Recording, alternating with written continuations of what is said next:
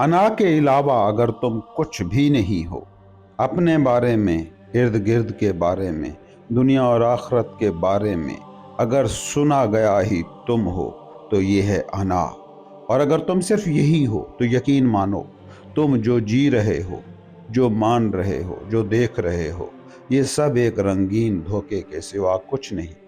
क्योंकि देखा, सुना, सूंघा, चखा गया ही अगर तुम्हारी जिंदगी की रियलिटी को तश्कील दे रहा है तो ये सारे का सारा फॉल्टी है। चलें फॉल्टी ना भी कहें तो इसे कह सकते हैं कि ये महदूद है। और ये बात तुम जानते हो। आंख की देखने की हद है, फासला और रोशनी की मिकदार और आंख के रेटिना की हेल्थ तय करती है कि तुम क्या देखोगे। सुनना और चखना और सूंघना सब हिस्सों की एक रिस्ट्रिक्शन है। सोचो, क्या एक चूहा भी दुनिया को ऐसे ही देखता होगा जैसे तुम्हारी आंख देखती है? कहने को तुम कह सकते हो कि और कैसे देखता होगा, मगर रियलिटी ये है कि अब भी तुम अपनी महदूदियत की जबान बोल रहे हो। तुमने चूंकि और तरीके से देखने का कभी तजर्बा ही नहीं किया तो तुम्हें ख्याल तक नहीं आ सकता कि दुनिया और तरीके से भी देखी जा सकती है। उल्लू कैसे देखता होगा, मछली कैसे सुनती होगी, बैक्टीरिया कैसे सूंघता होगा, जरा सोच कर देखो। तो तुम जो दुनिया की रियलिटी देखते हो उसके बारे में ये कहना दुरुस्त होगा कि ये दुनिया ऐसी है इसलिए तुम इसे ऐसा नहीं देख रहे, बल्कि दुनिया ऐसी है क्योंकि तुम इस तरह के अलावा दुनिया को किसी और तरीके से देख ही नहीं सकते। अब इस तरह देखने की मुसीबत क्या हो सकती है, जरा सोचो।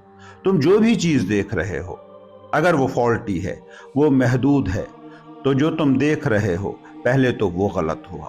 फिर उस देखे, उस सेंस डेटा से जो बना हुआ है तुम्हारा माइंड, वो गलत हुआ। फिर उस माइंड की बनी हुई अना यानी तुम्हारा तराशा हुआ वो सेल्फ, जिससे तुम इस महदूदियत और इस जबिल्लती फॉल्ट के साथ कह सको कि ये मैं हूं, वो भी गलत और फॉल्टी हुआ। ये अना बनकर अगर तुमने जिंदगी का सारा सफर करना है, सारा तजर्बा समझना है, समेटना है, तो फिर ये पूरे का पूरा तजर्बा ही फॉल्टी हो गया। अना तुम्हारी है, तुमने इस दुनिया के साथ काम करने का एक मैकेनिज्म बनाया है। ये काम चलाओ अरेंजमेंट है जो दूसरे के तनाजुर में बनाया गया है। यहां तक कोई खराबी नहीं है क्योंकि इसमें वो भी मौजूद है जिसकी अना है। ये है समझ का रास्ता, इसे मैं कहता हूँ तसव्वुफ, कि इस बात को जान लेना कि माइंड और जिस्म मैं नहीं है, बल्कि एक आर्जी इंतज़ाम है जो इस जिस्म और माइंड की तरशी दुनिया के लिए मैंने बनाया है, और मैं इस माइंड और जिस्म से बाहर एक हकीकत हूँ। वो हकीकत क्या है इसको भी छोड़ दो। जागने के लिए बस इतना काफ़ी है कि तुम ये जान गए कि तुम ये जिस्म, ये जहन तो नहीं हो। इतना ही असल में जानने को है। जानने की हद ये है जो तुम जानते हो, जो तुम इस फिजिकल अनाई दिमाग के साथ जान पा रहे हो। और जानने की मेराज ये है कि जो तुम जान रहे हो वो शराब है। वो इस वक्त जिस्म और जहन की मसरूफियत तो हो सकती है, मगर वो मेरी रियलिटी नहीं है, मगर वो मेरा मसला नहीं है जिसको तुम जानते हो। हकीकी जानना भी उसी दायरे में काम करता है। मतलब तुम्हारा जानना ये था कि ये जिस्म, ये जहन, ये हूं मैं। हकीकी जानना भी इसी जिस्म और जहन के बारे में होगा कि ये मैं नहीं हूं। यही है हकीकी इल्म। तुम सेहत की डेफिनेशन करो तो कैसे करोगे जब कोई भी बीमारी ना हो? तुम हकीकत की डेफिनेशन कैसे करोगे जब कुछ भी गैर मुस्तकिल, आर्जी, तकलीफ दे, बेचैन करने वाला, जमानो मकान का कैदी अंसर ना रहे? अब मसला ये नहीं कि ये बातें जो मैंने ऊपर की हैं ये तुम्हें समझ नहीं आती, क्योंकि माइंड से, जबान से, लफ्जों से बातें बनी हैं। वो तुम्हें समझ में आती हैं, मगर वो तुम है वही अना। इस बात की गहराई में उतरने से पहले इसको यूं समझो। एक पुलिस वाला है जिसने एक कत्ल किया है। महकमा पुलिस ने उसी इंस्पेक्टर को उस कत्ल की तफ्तीश पर लगा दिया है जिसने के कत्ल किया है। अब क्या कातिल तक पहुंचा जा सकता है? कातिल ही तफ्तीशी होगा तो शवाहिद चाहे जितने भी वाजे हों, आया हों, साफ हों, सामने हों, मगर कातिल तक पहुंचा नहीं जा सकता। ठीक यही काम तुम्हारी अना करती है। जब तुम इस तरह की इंफॉर्मेशन उसे देते हो तो वो इसकी प्रोसेसिंग ही इसी तरीके से करती है कि कातिल हमेशा बचा रहे। मैंने बहुत से लोग देखे जो सीकर के तौर पर अना को समझने और उसे हराने के लिए निकले, और आखिर में पता ये चला कि उनकी अना पहले से भी तगड़ी हो गई है। वो लोगों को हकीर समझने लगे क्योंकि वो मेडिटेशन करते थे। कभी तुम्हारे साथ ये तजर्बा हुआ है? हमारे साथ तो बचपन में ये तजर्बा हुआ है कि जब हम नमाजों की पाबंदी किया करते थे तो बेनमाजियों को बहुत हकारत से देखा करते थे। रोज़ा जिस दिन रखते थे पूछ पूछ कर बेरोज़ादारों तक पहुंचते थे और उन्हें शर्म दिलाते थे। हालांकि नमाज और रोज़ा थे इसलिए कि वो उस आजिज़ी को पैदा करते, वो आजिज़ी जो किसी एस्ट्रोनॉमर के दिल में उस वक्त जन्म लेती होगी जब वो किसी खलाई सफ़र में या किसी बड़ी ही ताकतवर टेलीस्कोप से कायनातों का मुशाहिदा करते हुए महसूस करता होगा। सोचो कैसे उसकी अना पिघलती होगी जो खुद को इस कायनात का मरकज मान रहा था, जबकि कायनात की इस पूरी स्कीम में खुद वो ज़मीन तक नज़र न आने जैसी एक चीज़ है जिस ज़मीन पर मैं कायनात का मरकज बनकर बैठी होती है। अना को गौर से देखो, इसके हर स्टेप, हर हरकत, हर थॉट में खुद की अहमियत को साबित करना होता है। अब ये अना चूंकि है तो बस एक तसव्वुर, हकीकत से ज़्यादा हकीकी तो इसलिए हो गई ना कि तसव्वुर और तसव्वुर करने वाले के दरमियान फासला मिट गया, वरना अना एक आइडिया ही है, तुम्हारे बारे में एक आइडिया। अब आइडिया कोई फिजिकल रियलिटी नहीं है, इसलिए तुम अपनी हकीकत में फिजिकल वजूद नहीं हो, कुछ कायनाती एटमों को खुद मान के बैठे हुए हो बस। अना नॉन फिजिकल होने की वजह से तुम्हारी जिंदगी पर कोई खास कंट्रोल नहीं रखती है, इसलिए ये दूसरी चीज़ों से जुड़ती है और ख़ुद को सॉलिडिफाई करती है, ठोस अंदाज में पेश करती है। इसके लिए ये लफ्ज़ तराशती है मेरा।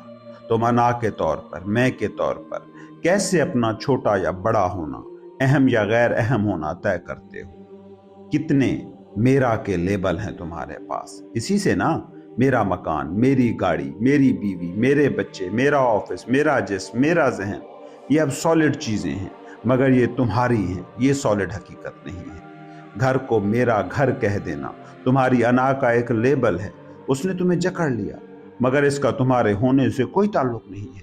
जब ये घर मेरा घर नहीं था तुम तब भी पूरे थे, जब ये घर मेरा घर नहीं रहेगा तुम तब भी पूरे होगे।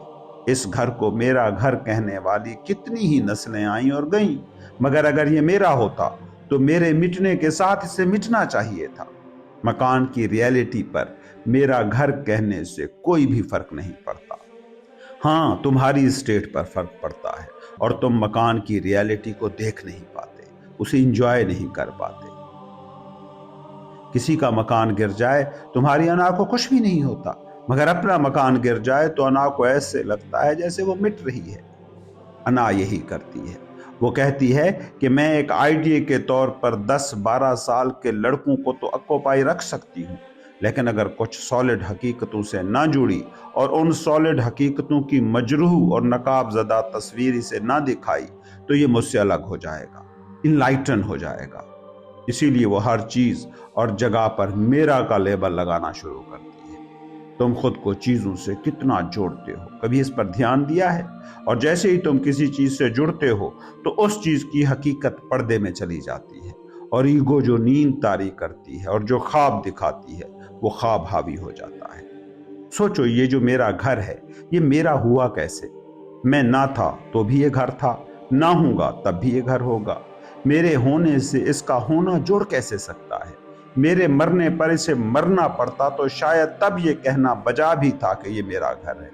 मगर समझो, तुमने ख्वाब ही देखा था मेरा का, मौत के वक्त वो ख्वाब ही टूटता है। तुमने चीज़ों की रियलिटीज़ की तसव्वुर में तस्वीरें तराशी थी और इन तस्वीरों पर मेरा लिखा था। मौत के वक्त बस वो तसव्वुर और तस्वीरें मरती हैं। मगर अहम बात ये नहीं, क्योंकि यहाँ तक तो तुम पहुँच ही जाते हो, इतने तक तो तुम जानते ही हो। दिलचस्प बात अगली है, और वो ये कि जैसे मौत के वक्त ये चीज़ें नहीं मरती, इनके बारे में तुम्हारी कहानी मरती है, बिल्कुल वैसे ही मौत के वक्त तुम नहीं मरते, तुम्हारे बारे में कहानी मरती है। याद रखना, हकीकतें मरती नहीं है। तुम्हारी आंखों के लिए रूप बदलती नजर आ सकती हैं, मगर मरती कभी नहीं है। مرتی صرف غیر حقیقتیں ہیں، ان ریئلٹیز۔ تم جس کے پاس وہ کان ہیں جو ان باتوں کو سن رہا ہے، تم وہ جس کا یہ دماغ ہے جو اس سے مطلب نکال رہا ہے، وہ یہ انا نہیں ہے، وہ بس یہ جان رہا ایک non physical naan local phenomena ہے، وہ کل ریئلٹی سے جڑی ایک ریئلٹی ہے۔ جب تک تم اس فرق کو نہیں جان سکتے، نہیں جی سکتے، تب تک تم بطور انا ہی موو کرو گے، اور انا کی ہر موومنٹ، میرا کا ہر لیبل، وہ جو بھی چیز پر لگایا ہے تم نے، وہ تمہارے لیے دکھ تخلیق کرتا رہے گا، اور ہر دکھ تمہیں اس سکھ کی طرف دوڑتے رہنے پر مجبور رکھے گا کہ جس سکھ کا ذائقہ تم پہلے سے ہی چکھ چکے ہو، جس سکھ کے ذائقے کو تم پہلے ہی سے جانتے ہو۔ یہ جو آئیڈیل زندگی کا خواب دیکھتے ہو، یہ کیا ہے سوائے اپنی اس اصل حالت کی طرف لوٹنے کے کہ جس میں تم ہر وقت ہر چیز تھے، زمان اور مکان کی قید سے باہر، کل ریئلٹی میں یوں شامل کہ دوسرا تھا ہی نہیں۔ تمہاری فزیکل ریئلٹی کے خلیے خلیے میں اس حالت کی یاد محفوظ ہے، کوڈڈ فارم میں لکھی ہوئی ہے۔ اسی لیے تو تم آئیڈیل گھر ڈھونڈتے ہو، آئیڈیل نوکری، آئیڈیل آفس، آئیڈیل باغ، آئیڈیل لڑکی، آئیڈیل لڑکا، ideal family, ideal couple, ideal ملک۔ یہی باتیں کرتے ہو نا سارا دن۔ انسانوں نے ایک عرصے تک اسی طرح آئیڈیل زندگی کریٹ کرنے کی کوشش کی، مگر کہانیوں کے آئیڈیل ریئلٹی کے آئیڈیل نہیں ہوا کرتے۔ یہ بات جب انسان کو سمجھ میں آ گئی تو تب سفر شروع ہوا مذاہب کا، جنہوں نے آئیڈیل زندگی کو جنت میں رکھ دیا اور انائی بھوت کو ریئل کہہ کر اس سے ڈیل کرنا شروع کیا۔ مذاہب کی مجبوری تھی کہ وہ اس ان ریئل بھوت کو، انا کو ریئل مان کر بات کرتے، کیونکہ تب تک انسان کا مائنڈ اتنا تگڑا ہو چکا تھا اور اتنی تگڑی کہانیاں بنانا سیکھ چکا تھا کہ اس اسپیشی کو یعنی انسان کو بھی اس نے ایک سٹوری بنا دیا تھا، وہ سٹوری جسے تم انا کہتے ہو۔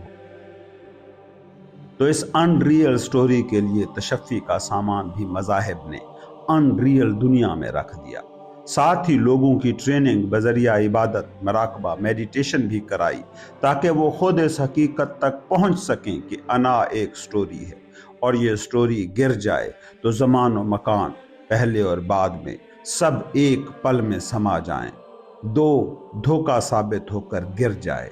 اسی حالت کا نام اصل میں جنت ہے، کہ جب یہ انائی کہانی، سٹوری، کہانی، قصہ ثابت ہو جائے، یقین کی سطح پر، تجربے کی سطح پر، روزمرہ کی حقیقت کی سطح پر۔